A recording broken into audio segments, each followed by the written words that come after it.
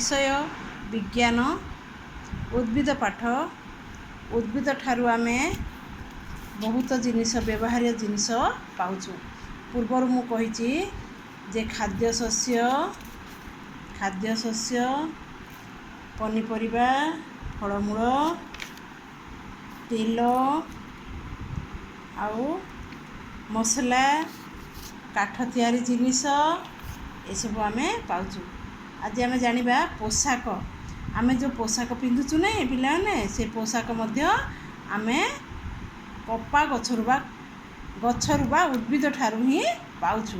देखो एटा उठे उद्भिद ए उद्भिद रे ए कपा हुए एठू कपा अणा जाए सूता हुए कपारू सूता तैयारी हुए सूतारू ए कपड़ा तैयारी हुए कपड़ारू देखो ये सूता बाहर ना नहीं यहाँ देखो कपड़ा हुए कपड़ारू यही पोशाक सबू तैयारी हुए ये पोशाक सबू तैयारी हुए। देखो यहाँ हूँ पोशाक ये पोशाक ये कपड़ारू पोशाक तैयारी हुए किए तैयारी करे दर्जी तैयारी करे। ताहले आमे कौन जानले ये पोशाक मध्य आम पिंधुवा पोशाक मध्य उद्भिद ठारू ही पाउछु। तापर देखिबा जाळेनी देखो काठ जळुची काठ रे निया लगा है निया रे निया जळुची तापर देखो एठी चूल्हा रे डेक्चीटे बसीची सेटा भात रंधा होची।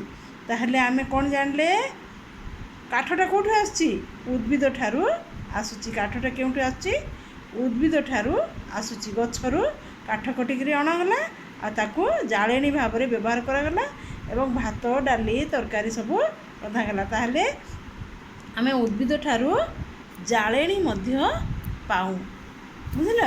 तापरे उद्भिद ठारू आमे औषध मध्य पाऊ औषध जेते औषध खाऊचु देखो लवंग रे भी औषध तैयारी हुए तुलसी रे भी ठंडा खास हेले तुलसी पत्र छेचिकी माँ माने दियंती अदा संगे तुलसी पत्र मध्य औषध रूपे व्यवहार करा जाए।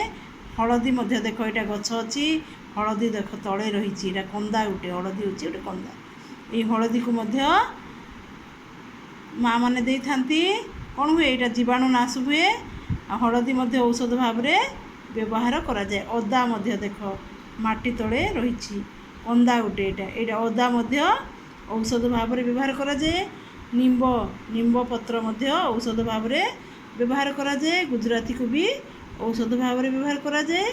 पुदीना भी पेटर जदि कौन असुविधा होता है ताहले पुदीना पत्र खाइले हजम हो जाता है पुदीना मध्य औषध भाव में व्यवहार करा जाए। ताहले आमे देख पोशाक जाळेणी औषध सबुकिछि उद्भिद ठारू ही पाई थाऊ।